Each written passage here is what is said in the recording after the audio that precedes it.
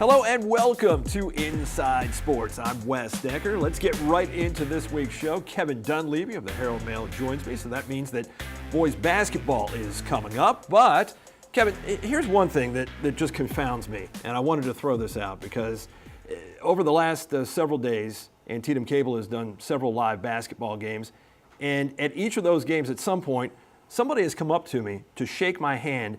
I don't understand these handshakes.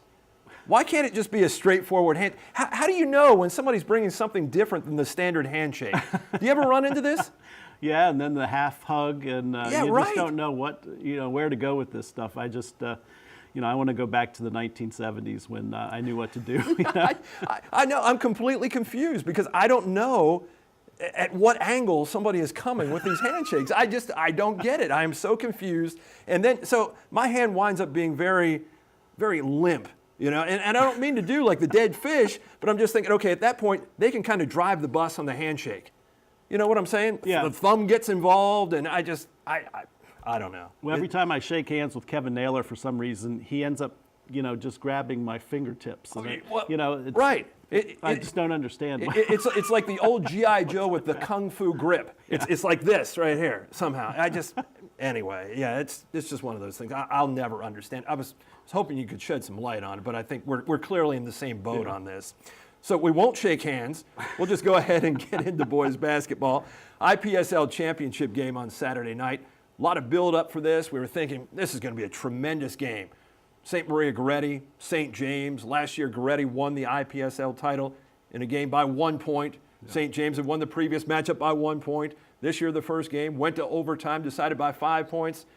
So the Antietam Cable trailer rolls in before the night's over. A 74-46 St. James win and a dominant performance. Yeah, I guess you jinxed him, Wes, because that just everything set up to be a great game, and packed house by 6:30. I think every seat was taken into place for a 7:30 or 7 o'clock game, and it was all set up. But St. James is just really clicking right now, and that was evident even before that game that they had taken a real step up. They had beaten 2 teams before early in the week that they had lost to in their MAC conference to move into first place in the MAC. So, things are just really clicking right now with them, and they had some parts they had to blend this year, and those parts are really blending now. Yeah, it was a week of retribution for St. James, going 3-0, and I know Coach Preet was ecstatic with that win on Saturday night, and so were his guys. And then all of a sudden, when they're holding up the plaque emblematic of the IPSL champions, I look down there,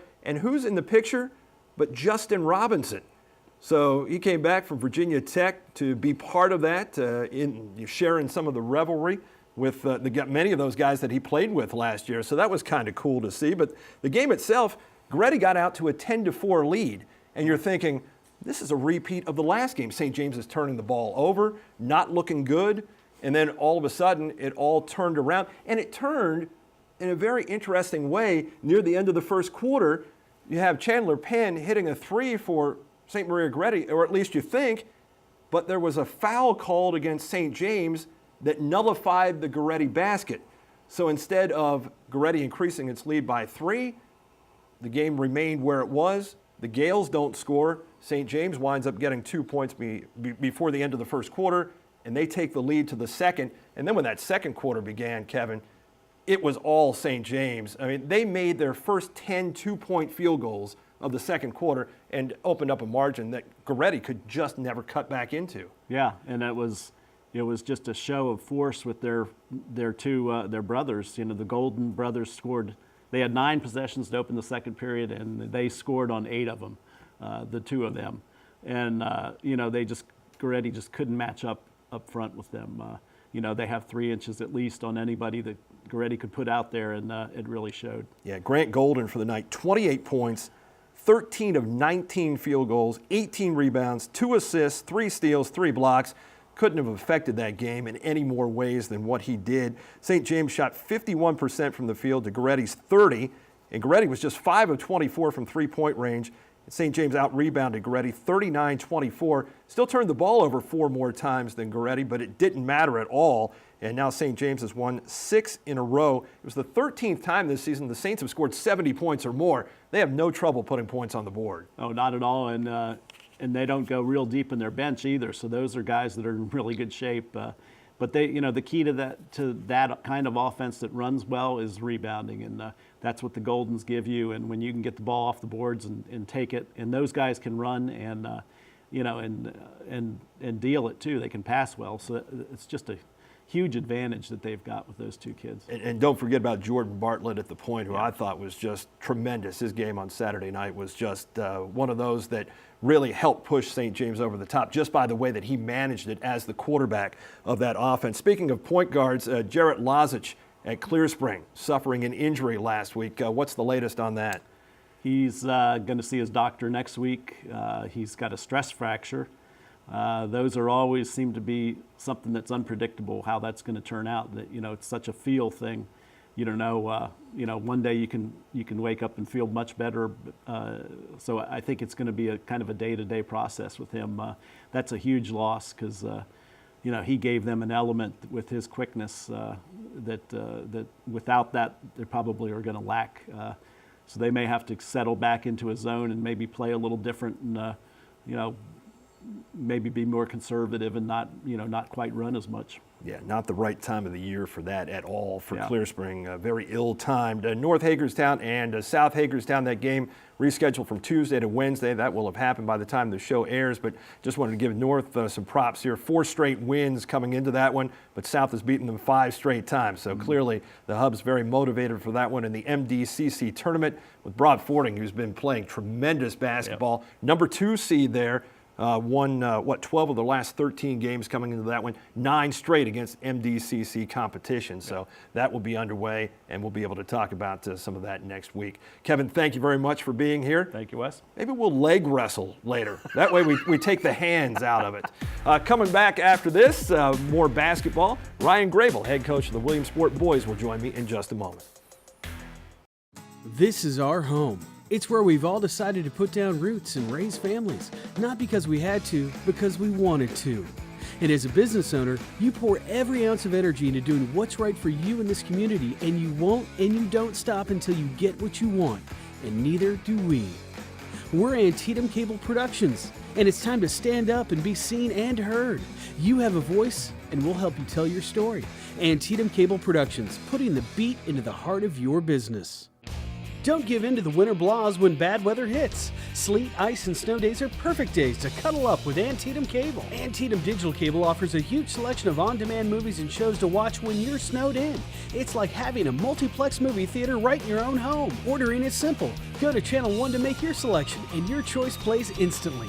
Pause, fast forward, rewind. You're in control. Stay warm, stay inside, and make Snow Day Movie Day with video on demand from Antietam Cable. Well, Eric and I worked for a long time together in the corporate restaurant world, and we decided that we wanted to put the fun back into food. We do our food our way. We take the traditional and spin it. We change our menu regularly. We have specials that are creative. Great food, great service in a warm and friendly environment where you can be in jeans and a t-shirt next to someone in a business suit and everyone feels comfortable. Welcome back to the show. We continue with more boys basketball now. I'm joined by Williamsport head coach Ryan Grable. Welcome to the show, Coach. Thanks for having me. Your team has been playing exceptionally well. 6 wins in a row right now, and ironically, that all started after the break that was forced by Mother Nature. And now all of a sudden, Mother Nature getting in the way a little bit too. Hopefully things don't go in reverse here. We certainly hope that things keep rolling for you. But 7-6 at one point, 13-6 now. What have you seen that has made the difference with this team? What's helped it turn the corner a little bit? Well, we had a tough loss that week before the snow break against Middletown there, one of our region rivals. And actually, I think the time away, a week away from basketball, let us clear our minds. We weren't necessarily beat up or injured or anything, but just, let us get some time away from basketball. And you don't want a week off, but a few days here and there really helped us. And I think it let us recharge our batteries and come back mentally fresh and ready to roll.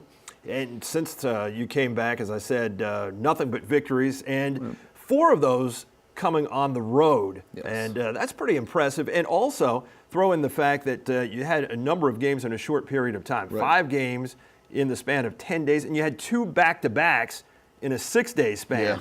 Yeah. So if it were up to you right now, where would you be? Keep playing. Yeah. We want to keep playing right now. But, I credit a lot to our seniors. We know coming back on the road, we'd have a lot of tough games. We made our schedule, tough this year. We wanted to be mentally and physically challenged going into the playoffs. And did I think we would respond this well?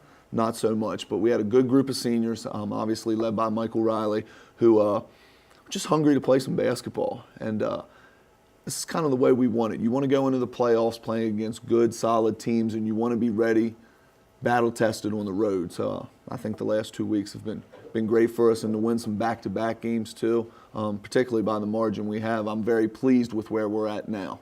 And you talk about Michael Riley, and I don't think you can talk about the Williamsport boys team without mentioning him first and foremost. And he impacts so many facets of the game. Absolutely. How do you see that from your perspective? Well, he's a coach's dream. He's a gym rat, and he's about the team. Statistically, you can put him up there with anybody the last few years. He scores 20 points a game. He's averaging 7 or 8 rebounds, few steals, few assists, but he makes everybody better, and he's all about the team. So I think you see Marquill and you see Jake and you see some of our post guys playing a lot better because Michael's played better, the last few weeks. And we go as he goes. He has the green light to do some things offensively that maybe some of our other guys don't. He's shooting it very well right now, but again, back to what I was saying, he's all about the team. He just wants to win, whether he has 25 points or whether he has 5 points. He's a gamer and he wants to win. And I was looking at your statistics, and 58% of the field goals that you guys make are assisted. Yes. How pleased are you with the distribution of the basketball and getting everybody involved? Tickled, flat out tickled. We say give up a good shot for a great shot. And when we play that way and we share the ball and we care about each other and make that extra pass, we're pretty tough to beat on those nights. And the good thing is I have a lot of unselfish players. There's nights, Marquill has had 7, 8, 9 assists, and we really like the ball in his hands too. And Mike will make the extra pass, and Jake will. And we got some guys coming off the bench. And if you see the modern game, NBA game, the Spurs are making the extra pass, Golden State's making the extra pass. So that's kind of where we want to go with that. And during this winning streak, averaging 62 points per game, only allowing 48.3. So you have to be absolutely ecstatic with the way that the defense has stepped up. And clearly, with the way that Williamsport plays, defense oftentimes jump-starts the offense. Absolutely. That's been the case since Coach Murphy had the team back in the day. Defense wins at Williamsport, and you're not going to play if you don't guard on the defensive end. And we'll let some guys push the ball up the floor and maybe take some iffy shots as long as we're guarding, on the defensive end. And we're not very big inside, so it's just about being tough and grinding out possessions and trying to make teams work for everything they get. You don't want anybody to get easy shots, so we're just trying to make them work, and I'll let them push the ball as long as we're guarding on the defensive end. Yeah, well, that seems like a fair trade-off there. And when you talk about the playoffs, what things do you feel like you need to work on in order to be playoff ready? We have to continue to value the basketball. Make no mistake, some games we've lost this year is because we've had a high number of turnovers. So we've gotten better at that. We need to value the ball every possession. We need to treat every possession like it's the last one of the game. Continue to stay hot at the free throw line. Free throws are very important.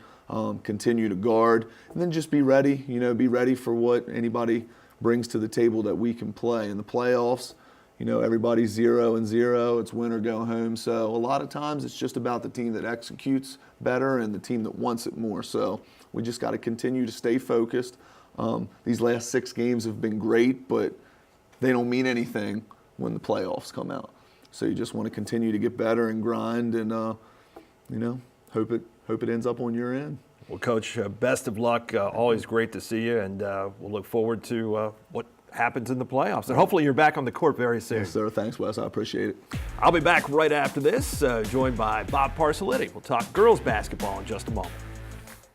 Antietam Cable's WCL-TV invites you to take a tour of local restaurants from the comfort of your couch with our local dining guide, airing now. Your host Sam Little goes beyond just the dining room and sits down with local owners and chefs to talk about what makes their restaurants local favorites. We explore the best of American cuisine, head south of the border for a little heat, and travel over the Atlantic for some of Italy's best. Washington County is a hotspot for great food, and we're showing you what you've been missing with WCL-TV's local dining guide, airing now on Channel 30 and in HD on Channel 489.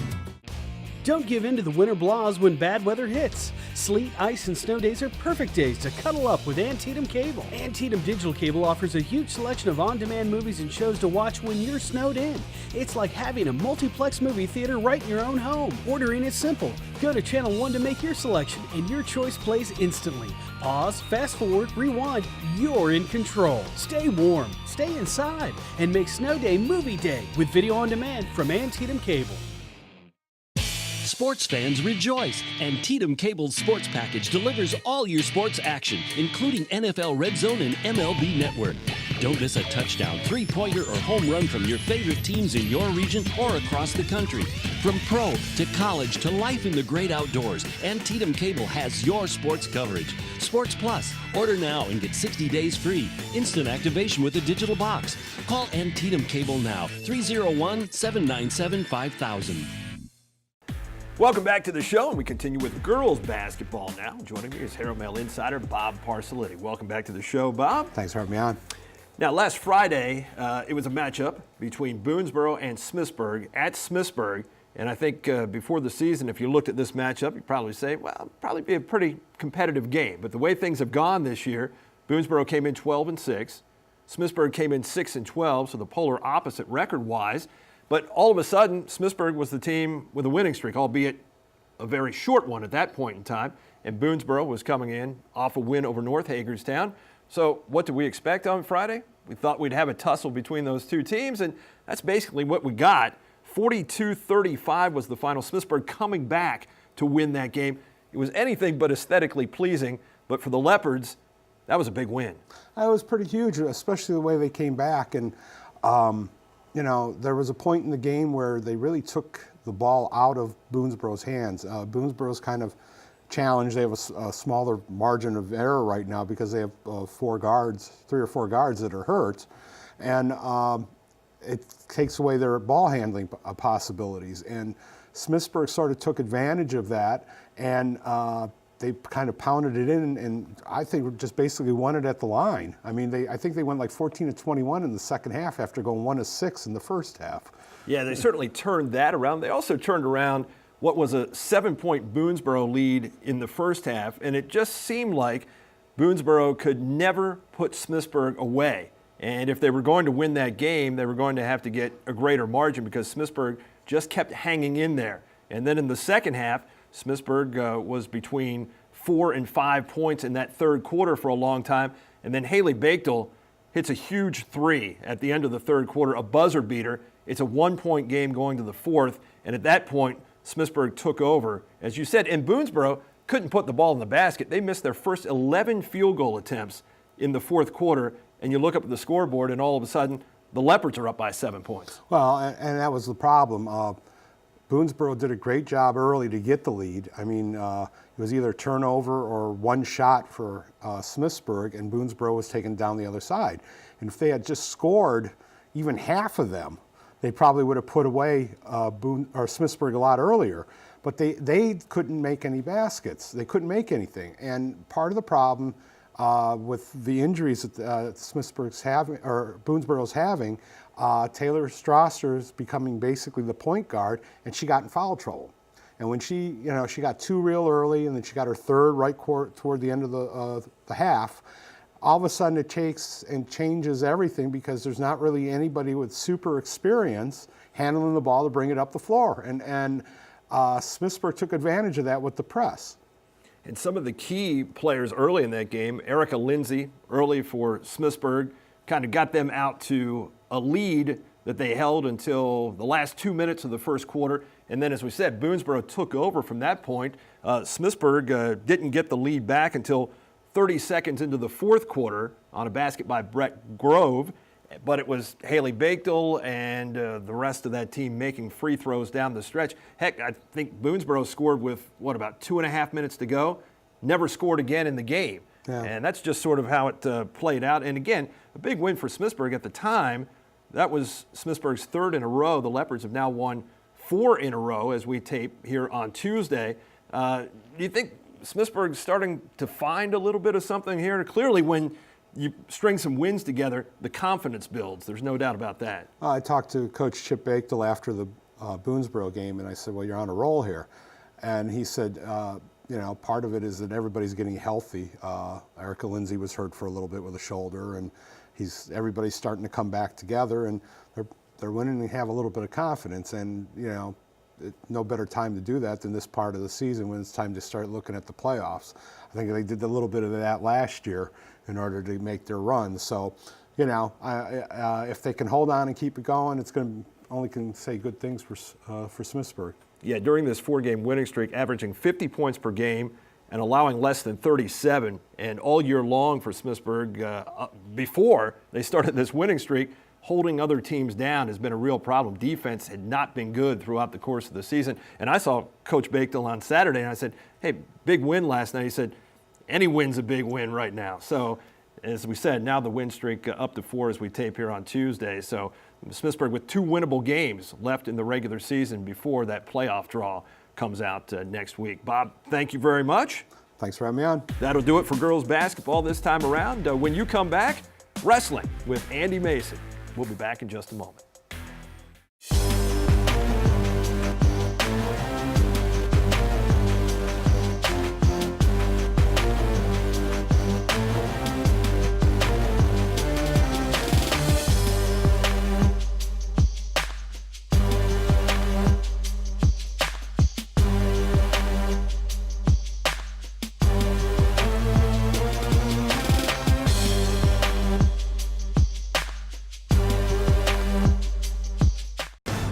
Mexico City. What were you doing there? I was taking some overdue holiday. You're crossing over to a place where there is no mercy. This organization. Its name is Spectre. It was me, James, the author of all your pain. Rated PG-13. Digital customers, tune to Channel 1 to get started. Tony's Pizza in Williamsport has had the same simple philosophy since 1985. Start with simple products. Sauce from the best Italian tomatoes. The best cheese and dough made fresh every day. Then mix those with a great atmosphere, and you'll have the best dining experience you can find. Tony's is known for their pasta dishes, subs, pizzas, and specialty items like their Nutella Dots and the famous Crazy Tony. Simply put, they want to give the best food they can give to their customers. So stop in today to Tony's Pizza in Williamsport. Welcome back to the show. We continue now with wrestling, and Andy Mason joins me for that. Andy, welcome back to the show. Nice to be back. It's been a while. It has been a while, and I had Coach Sean Smith on from Boonesboro last week in advance of the Warriors going to the region duels for the first time ever. Yeah. Didn't quite fare so well there, though. No, first, it was a fantastic thing to accomplish for them just to be there. I mean, first time in program history to get to the region duel, so great success to get there. But yeah, they ran into South Carroll, which is a great team, and the matchups just didn't work out that well for them. They lose the first 9 bouts. They are down 49-0. South Carroll has it locked up, and they just forfeit out. So it was 49-30. Boonesboro won 5 the weight classes, but they were all by forfeit. I'm sure that was kind of disappointing. That said, Boonesboro's 3 best wrestlers all won those by forfeit, so I have a feeling Boonesboro could have, had they wrestled, would have actually won some bouts. Yeah, things just didn't fall their way. But they finished 24-8 dual meet season. I mean, by far the best season in program history. Ended it with a berth to the region duels. Now a lot of those kids have a taste of what that next steps is. And while getting there was big for Boonesboro, for North Hagerstown, just getting there isn't what they wanted to accomplish. No, well, it was tough for them to get in. In the last 2 weeks of the season, they needed to win out, and they needed some other teams to lose, and they caught some breaks, and they did what they had to do and caught some breaks by some other teams losing, and they got in as the 4th seed. If it was just seeded by how good you are, they probably would have been the 2nd seed. But yeah, they had to face top-seeded Oakdale in the semis, and they lost 41-22. those two teams wrestled 3 weeks earlier, almost the same identical score. No huge surprises. Oakdale, so they went on. They beat Urbana for the region title that night.